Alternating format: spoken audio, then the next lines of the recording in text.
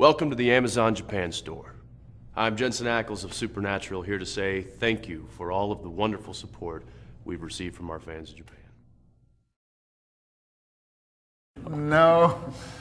No, we'd have to do the ritual too often if we had to do it every time. Every day we'd have to, get up and do some sort of seance in order to ward off the stuff that we're dealing with. Yeah, plus in season 5, I was Lucifer, so I don't know if there's really a ritual that could kind of... Yeah, how do you ward that off? I don't know how you ward that off when you have to play Lucifer for a few days, so maybe we should have. Maybe that would have helped some things, but...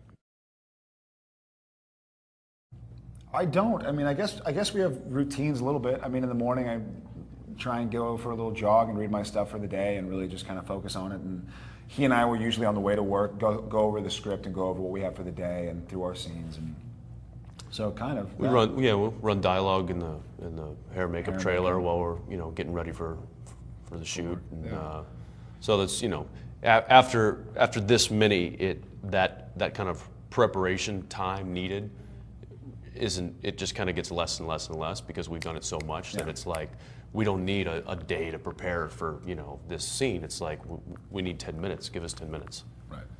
So that's nice. Familiarity. Yeah. That's right. Yeah. So please explain. I don't really think so. I mean, The success of this show? Yeah, the success of the show, I guess. Yeah.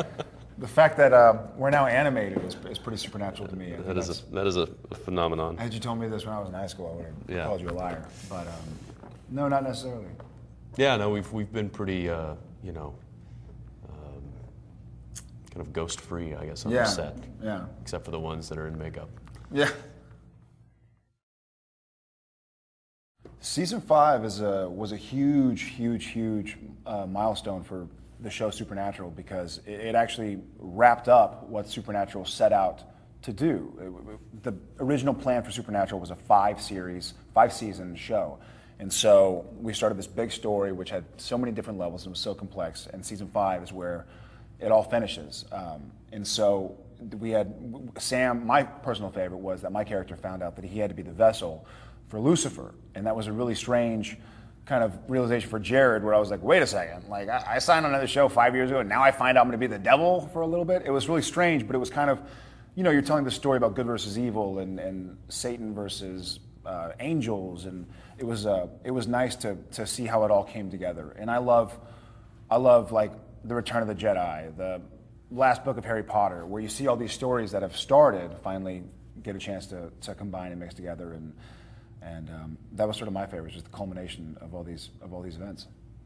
Yeah, I will say kind of on the same lines that there's just this big climactic culmination of all of these stories that we kind of peppered and filtered into the show over the past 5 years is all kind of coming to a head, and it's nice to see how the things that seemed so mundane and in seasons past actually came into play and meant something in the end, and so that was kind of cool. It was also a big season for Dean, because up to this point, Dean has really kind of been the bystander to the big picture, which is Sam is the chosen one for the vessel of Lucifer, and to this point, Dean has kind of been the one who's been trying to to save Sam and to be there to guide him and to keep him from going evil, and has never been a part of that mythology.